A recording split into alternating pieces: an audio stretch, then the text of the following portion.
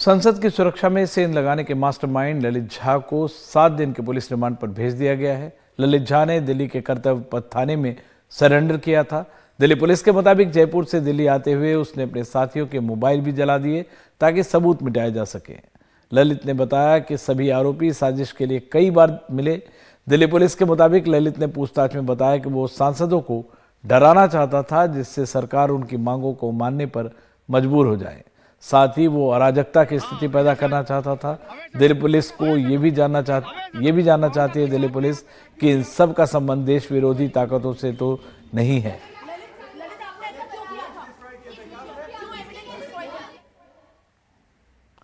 और नई संसद की सुरक्षा को लेकर जहां विपक्ष सवाल पूछ रहा है, वहीं जांच कमेटी भी संसद भवन में पहले से आए ऐसे मामलों की जानकारी जुटा रही है। जब सुरक्षा में सेंध लगी, जिस तेजी से केंद्रीय गृह मंत्रालय की जांच चल रही है, उससे उम्मीद की जा रही है कि अगले हफ्ते जांच रिपोर्ट स्पीकर को सौंप दी जाएगी। लोकतंत्र का मंदिर कहलाने वाला संसद भवन कई बार अपने सांसदों की वजह से ही असुरक्षित दिखा है। केंद्रीय गृह मंत्रालय द्वारा बनाई गई जांच कमेटी हाल के वर्षों में उन तमाम मामलों का ब्यौरा जुटा रही है जब संसद की सुरक्षा में गंभीर ढिलाई नजर आई। अभी तक किए गए सिक्योरिटी ऑडिट में करीब 40 ऐसे मामले सामने आए हैं जिनमें सुरक्षा में ढिलाई हुई है। 2016 में पंजाब के मुख्यमंत्री भगवंत मान ने संसद में दाखिल होते हुए उसे लाइव स्ट्रीम किया, जिसे तब जांच कमेटी ने एक सीरियस लैप्स की श्रेणी में डाला था। 13 फरवरी 2014 को पूर्व कांग्रेस सांसद एल राजागोपाल ने कार्रवाई के दौरान एक काली मिर्च स्प्रे निकाला और उसे लोकसभा के अंदर अपने सहयोगियों पर छिड़क दिया। वह आंध्र प्रदेश से तेलंगाना को अलग करने का कानून का विरोध कर रहे थे। 1990 के दशक में एक बड़ा विवाद खड़ा हुआ जब बिहार के तत्कालीन सांसद आनंद मोहन सिंह को लोकसभा कक्ष में बंदूक के साथ पाया गया था। 1990 के दशक के मध्य में उत्तराखंड के गठन के लिए आंदोलन अपने चरम सीमा पर था और 3 प्रदर्शनकारी दर्शक दीर्घा से लोकसभा में कूद पड़े थे। तीनों को पकड़ लिया गया और थोड़ी देर की हिरासत के बाद रिहा कर दिया गया। मैंने कल भी इसके स्पष्ट रूप से जो कुछ भी कहना था मैंने कह दिया हूँ।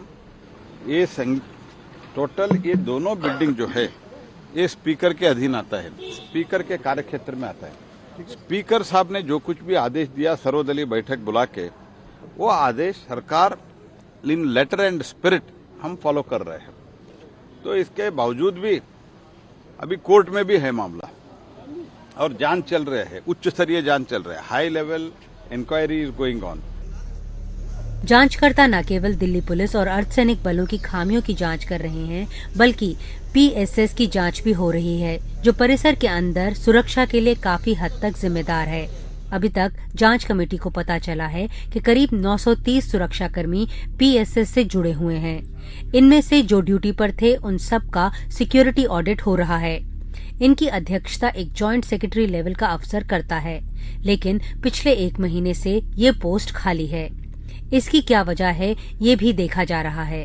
ये तो लोगों ने स्वीकार किया है और इसके लिए कमेटी का गठन हो गया है। कमेटी की रिपोर्ट का इंतजार करना चाहिए। और देखिए, जो संसद की सुरक्षा है वो स्पीकर के दायरे में आता है सारा मामला। और जब उन्होंने गृह मंत्रालय को लिखा और गृह मंत्रालय ने कमेटी बनाकर जांच का आदेश दे दिया है, तो चीजों का इंतजार करना चाहिए। जांच कमेटी बेशक से पिछले मामलों का अध्ययन कर रही हो, लेकिन ताज़ा मामला पिछले मामलों से काफी अलग है। सिर्फ इसे आपराधिक दृष्टि से देखने के अलावा इसके पीछे वजह क्या रही है, उसके ऊपर भी केंद्र सरकार को ध्यान देने की जरूरत है। नई दिल्ली से नीता शर्मा, एनडीटीवी इंडिया के लिए। विकसित भारत संकल्प यात्रा के तहत पीएम मोदी आज हजारों लाभार्थियों से संवाद करेंगे। पीएम मोदी शाम 4 बजे वीडियो कॉन्फ्रेंसिंग के जरिए 5 राज्यों के लोगों से संवाद करेंगे। शुक्रवार को उत्तर प्रदेश के देवरिया और अयोध्या में विकसित भारत संकल्प यात्रा पहुंचेगी। इस दौरान मोदी की गारंटी वाली एलईडी वैन भी कई गांवों में पहुंची। इस यात्रा को केंद्र सरकार के विकसित भारत एट 2047 विजन के तहत निकाला जा रहा है। इसका मकसद है 2047 तक भारत को एक विकसित राष्ट्र बनाना।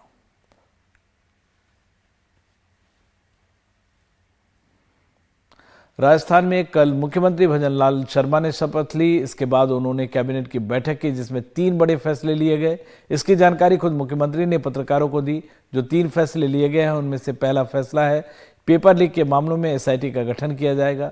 आपको बता दें कि पेपर लीक मामला राजस्थान चुनावों में बड़ा मुद्दा बना। इस मुद्दे में गहलोत सरकार पर भी कई गंभीर आरोप लगे। दूसरा फैसला है राजस्थान की कानून व्यवस्था को बेहतर करने के लिए एंटी टास्क फोर्स का गठन किया जाएगा, जबकि तीसरा फैसला है केंद्र और राज्य की योजनाओं का लाभ हर शख्स को एक सुनिश्चित करने के लिए एक मॉनिटरिंग कमेटी का गठन किया जाएगा। और ताजपोशी के बाद राजस्थान के मुख्यमंत्री भजनलाल शर्मा ने कहा कि पीएम मोदी की गारंटी और घोषणा पत्र का पूरी तरह पालन करते हुए काम करेंगे। हमने राजस्थान में महिला और बाल का अत्याचार देखा है। हमारी ये सरकार किसी भी कीमत पर महिला और बाल का अत्याचार सहन नहीं करेगी। महिला सुरक्षा, भ्रष्टाचार हमारी प्रमुख रूप से प्राथमिकताएं रहेंगी। कानून व्यवस्था हमारा प्रमुख विषय रहेगा। उत्तर प्रदेश में बीजेपी के एक विधायक को रेप के मामले में दोषी करार देते हुए एमपी एमएलए कोर्ट ने 25 साल की सजा सुनाई है। ये सोनभद्र जिले के दुद्धी विधानसभा सीट से बीजेपी के आदिवासी विधायक राम दुलारे गोंड हैं। उन पर 10 लाख रुपए का जुर्माना भी लगाया गया है। रेप के दोषी राम दुलारे गोंड दुद्धी इलाके में दबंग माने जाते रहे हैं। साल 2014 में राम दुलारे गोंड की पत्नी ग्राम प्रधान थी और राम दुलारे प्रधान पति बनकर अपनी राजनीति चमका रहे थे। 9 साल बाद एमपी एमएलए कोर्ट ने गोंड को दोषी करार देते हुए 25 साल की कैद की सजा सुनाई है। राम दुलारे गोंड पर 10 लाख का जो जुर्माना लगाया गया है वो मुआवजे के तौर पर पीड़ित को दिया जाएगा। जो 4/11/14 की घटना थी, उसी दिन प्रथम सूचना रिपोर्ट दर्ज हुआ था, जिसमें आज न्यायालय ने जो है अपना जजमेंट सुनाया।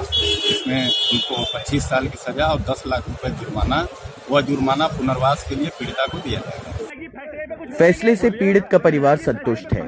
भाई ने कहा कि बहन को न्याय मिला है। हमको बहुत दिक्कत सामना करना पड़ा, बहुत परेशान किया, बहुत ज्यादा से ज्यादा। किस तरह से परेशान कर? बोल रहा था कि सुलह कर लो, नहीं जान से मारते हैं, बहुत धमकी दे रहा है। अब जज से आप लोगों को कोई सुरक्षा वगैरह भी मिला है? मिला है। 9 सालों तक लगातार मुकदमे चले न्यायालय में, 300 से अधिक तारीखें चली। इसके बाद अंतोगत्वा आज न्यायालय से फैसला आया हुआ है। इस फैसले से पीड़ित के जो भाई हैं और पीड़ित का जो परिवार है पूर्णतः संतुष्ट है। बताया कि राम दुलारे गोंड ने 1 साल तक डरा धमकाकर केस वापस लेने का दबाव भी बनाया था। एमपी एमएलए कोर्ट के विधायक को दोषी करार देने के बाद पीड़िता के परिवार ने कहा है कि 9 साल बाद ही सही, लेकिन उन्हें न्याय मिला है और इस फैसले से वो खुश हैं। लेकिन ये भी तय हो चुका है कि कोर्ट के इस सजा के ऐलान के बाद विधायक की विधायकी जानी तय है। हालांकि उनके पास ये विकल्प होगा कि वो ऊपर की अदालत में अपील कर सकते हैं, लेकिन फिलहाल भारतीय जनता पार्टी की विधानसभा में 1 सीट कम होनी तय हो चुकी है। अपने सहयोगी प्रभात और कैमरा पर्सन विनीत के साथ रणवीर, एनडीटीवी, लखनऊ। पटना के दानापुर की कोर्ट में कल शूटआउट से हड़कंप मच गया। दानापुर कोर्ट परिसर में बदमाशों ने अंधाधुंध फायरिंग की और कैदी छोटे सरकार की हत्या कर दी। बेऊर जेल में बंद कैदी छोटे सरकार की पेशी के लिए कोर्ट लाया गया था, तभी बदमाशों ने फायरिंग की और अफरा तफरी मच गई। कैदी छोटे सरकार सिकंदरपुर का रहने वाला था। हत्या समेत कई मामलों में आरोपी था। हत्या करने वाले 2 बदमाशों को पुलिस ने गिरफ्तार किया है और उनसे पूछताछ की जा रही है।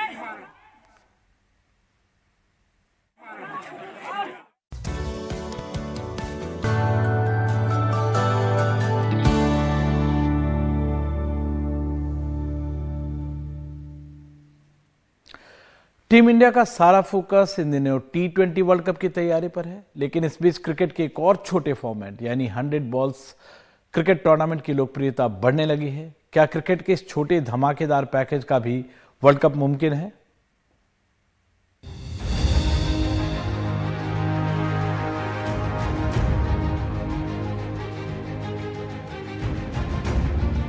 करीब 2.5 दशक पहले क्रिकेटर राजेश चौहान ने दिलीप ट्रॉफी में मैन ऑफ द मैच का खिताब जीता और टेस्ट कैप हासिल कर लिया।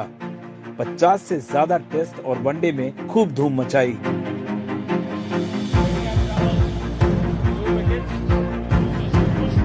करीब 25 साल बाद एक बार फिर कोलकाता के रेलवे ग्राउंड पर 100 बॉल्स 50 प्लस क्रिकेट टूर्नामेंट में अपनी गेंदबाजी से सबको हैरान कर रहे हैं।